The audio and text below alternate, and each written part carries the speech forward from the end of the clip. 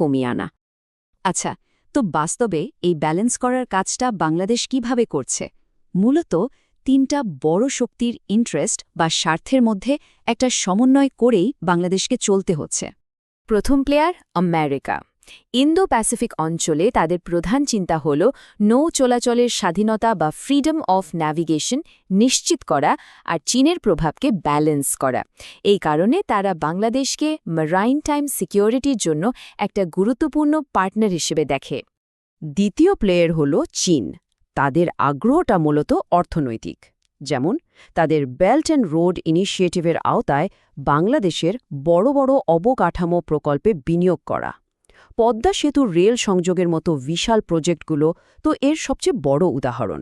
সুতরাং উন্নয়নের জন্য চীন একটা বিশাল বড় পার্টনার। আর ৩ নম্বর প্লেয়ার হল ভারত। জিওগ্রাফীয় দিক থেকে আর নিরাপত্তার দিক থেকে ভারত তো বাংলাদেশের সবচেয়ে কাছের আর গুরুত্বপূর্ণ প্রতিবেশী। বঙ্গোপসাগরের নিরাপত্তা আর আঞ্চলিক স্থিতিশীলতা এই দুটো জিনিস ভারত আর বাংলাদেশ দুজনের জন্যই খুব জরুরি। তাই তাদের মধ্যে একটা গভীর সহযোগিতা